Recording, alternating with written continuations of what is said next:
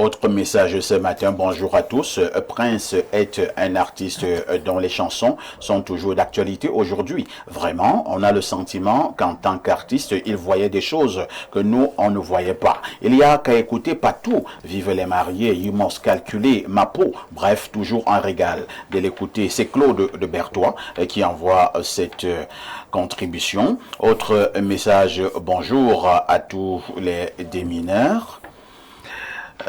Bonjour à tous les démineurs. On va prendre... Ok, bonjour à tous les démineurs. Un salut particulier au grand Motanguignan, un artiste atemporel. Monsieur Blériot dit que Elimbi Lobe n'était pas encore né en 89 pour voir les chansons sur le tribalisme. C'est vraiment il n'était pas né. Vous êtes même comment vous les tribalistes? Pas né. Non, comment Elimbi Lobe a 63 ou 65 ans. Il était né. Est-ce qu'il passait sur les plateaux? C'est ça. Et il continue en disant que vraiment c'est très amusant. J'ai éclaté de rire devant mon boss. Belle émission en tout cas. C'est Mike de Jouvence qui envoie cette préoccupation. On va prendre peut-être 2 ou 3 dernières préoccupations. Hein. Bonjour Parfait Aïssi, bonjour à Mambo Niemek, à tous les téléspectateurs, sans oublier mon grand frère Prince Yango, le prince des montagnes, qui dans toutes ses musiques n'oublie pas d'honorer toujours son patois. Un fait... C'est une grande fierté pour tout le canton Mbo. Vraiment, mon grand frère, que Dieu te donne une longue vie. Ton frère Ewane de Yaoundé, merci et bonne journée à vous. Autre message ce matin, allons au 248. Il s'agit de quel pays là? Il s'agit des îles Seychelles. Il s'agit des îles Seychelles. Que dit le téléspectateur du 248?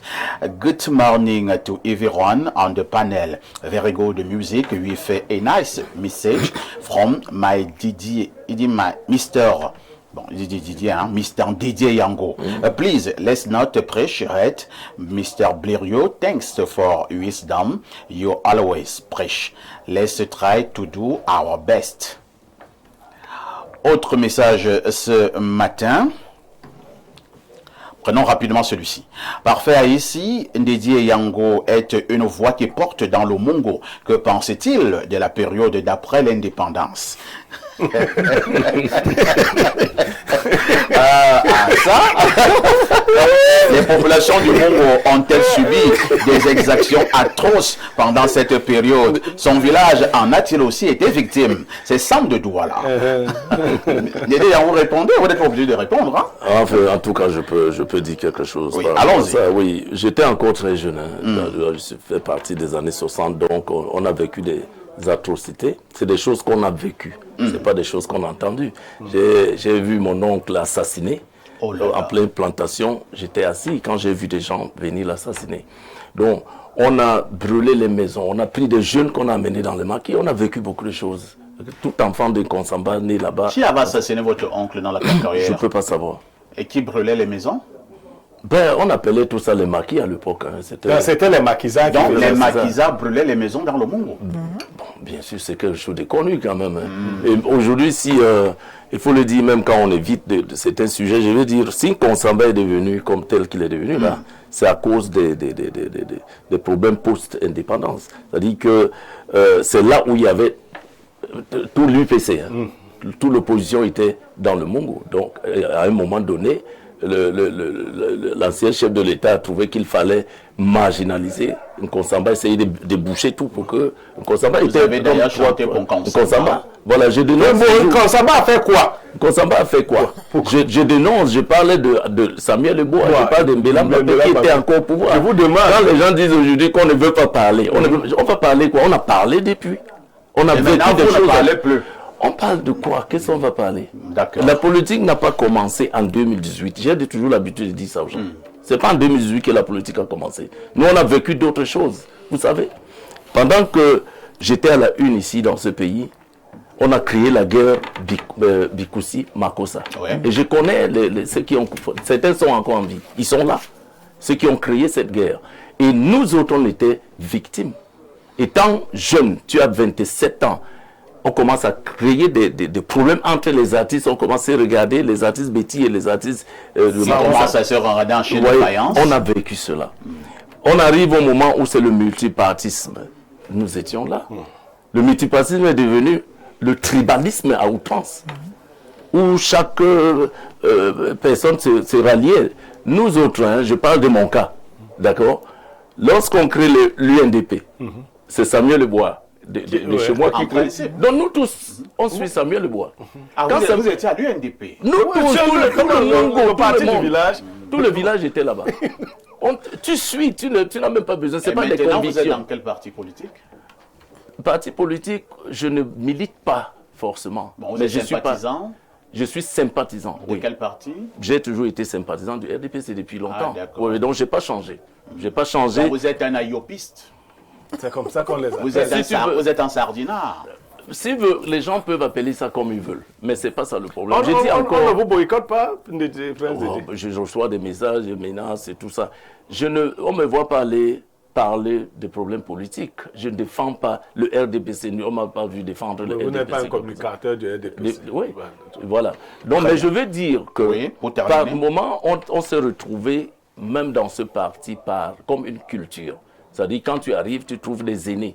Tout le monde, je ne connais pas un seul mot qui est dans l'opposition en Konsamba. C'est-à-dire que tu trouves le ministre, à l'époque, c'était Samuel Lebois, comme je disais, et nous étions dedans. Dès qu'il n'était plus là, tout le monde est sorti. Quand on renomme encore le ministre Mbela Mbappé, nous tous sommes rentrés sur RDPC. C'est ce qui s'est passé. C'était pas ma conviction. Et quand même à Soma. Vous suivez le vent. C'est le train obéissant. C'est le train obéissant. En fait, c'est ce qui s'est passé. Donc, on n'a même pas encore eu le temps, n'est-ce pas, de se ressaisir pour mener des réflexions profondes, personnelles, pour dire voici le choix. Si je dois faire la politique, voici le chemin que je dois emprunter. Puisqu'on s'est retrouvés, quand tu arrives, il y avait un seul parti, c'était l'UNC, après c'était le RDPC, et vous êtes tous dedans. Ce n'était pas gênant que j'arrive en Konsamba et que le maire qui est un grand frère m'appelle, qu'est-ce que tu fais, viens à la maison des partis. Nous sommes, je sais pas, il n'y avait pas ce problème. Jusqu'en 2018, on n'a jamais eu ces problèmes. Très bien. Oui, on n'a jamais eu ces problèmes. Dédé Yango, je voudrais vous poser une autre préoccupation depuis des années. Ouais. J'ai eu cette information, quitte à ce que vous me recadrez sur ce plateau. Vous avez d'excellents rapports avec la première dame, Madame Chantal Biya. Vous confirmez? À travers la famille, oui. À travers la famille, parce que lorsque les enfants... Quand tu reçois les enfants chez toi, parce que les enfants, même de la première dame, viennent souvent chez vous, Brenda, et vice-versa. Elle a presque grandi avec nous, avec mes enfants, et c'était vice-versa. Mes enfants étaient toujours au palais. Donc, ce qui fait qu'on a ce rapprochement, on a un lien, et c'est quelque chose qui nous unit. Et ça se limite au niveau de tous les enfants, d'ailleurs, c'est pas seulement la présidence.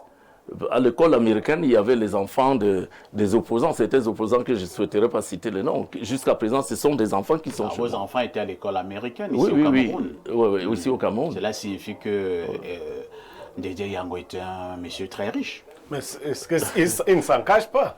Dédé Yango était riche. Je ne suis pas riche. Non. Vous êtes pauvre? Je ne suis pas pauvre, ça va. Vous êtes donc quoi? J'ai pas faim. Mais dire que riche, non, j'ai pas faim. C'est-à-dire, aujourd'hui, si les choses s'est passées comme dans d'autres pays, rien que mes œuvres, c'est que j'ai fait, je devais être multimilliardaire. Voilà, donc on ne peut pas se contenter du peu, parce qu'on se débrouille pour survivre. Et pour l'instant, est-ce que les produits musicaux de Dédé Yango se vendent encore au point de Dédé Yango est content d'être musicien? On n'avait pas choisi le métier pour de l'argent. Mais ce n'était pas aussi pour de la misère? Non, je savais même pas que la musique va faire de moi ce que je suis. Ouais, la musique vous a tout donné? Oui, la musique m'a tout donné. C'est de la passion. Et d'ailleurs, les gens que j'admirais n'avaient même pas de voitures. Nous, aujourd'hui, on a des grosses voitures, des grosses maisons. Ceux que j'admirais n'avaient... Louis, à l'époque, quand je partais chez Nkoti, il avait un petit studio à rue Koto là-bas, étant un célèbre artiste de Black Seal. Donc, on ne pensait pas à l'argent comme des jeunes aujourd'hui. Ils font déjà un plan. Quand ils doivent sortir un disque, ils rêvaient déjà avoir des grosses voitures comme telles ou des maisons. Nous, on n'a pas connu ça. Dédié Yango, ce sera l'une des dernières préoccupations depuis un certain temps également, depuis un certain nombre d'années. Au Cameroun, on parle de ce phénomène, l'homosexualité, qui gagne en puissance. Et beaucoup pensent également qu'au niveau du milieu, dans le milieu artistique, cette affaire s'est ancrée et véritablement a pris corps. Que pense Dédé Yango de l'homosexualité? Déjà, je condamne fermement parce que je suis conservateur et puis je suis né, je ne suis pas né aujourd'hui. Donc, on est très attentif d'ailleurs sur les cas. Ce que je dois dire, je n'ai jamais eu des tentations. On ne m'a jamais approché. Peut-être les homosexuels ne m'aiment pas. Parce que j'ai fait toute ma carrière, je n'ai pas eu une seule proposition où personne ne m'a parlé d'autres choses. Pour refuser. Peut-être que vous lancez Pour même refuser. Oui, comme on propose d'abord. Comme me propose, je refuse. Je n'ai pas connu ça. J'ai souvent l'habitude de dire ça aux gens. Il y a des choses que je n'ai même pas connues, je n'ai pas été tenté. Personne ne m'a dit rentrer dans la Rose-Croix. Je n'ai pas eu ça. La franc-maçonnerie, je n'ai pas connu ça.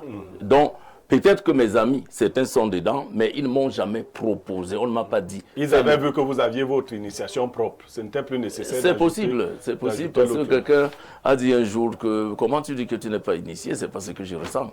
Avez-vous quand même l'impression que l'homosexualité a gâché la carrière de certains artistes et musiciens au Cameroun? Je ne connais pas beaucoup, je ne suis pas très informé là-dessus. Mais je sais que la jeunesse aujourd'hui est dans la facilité.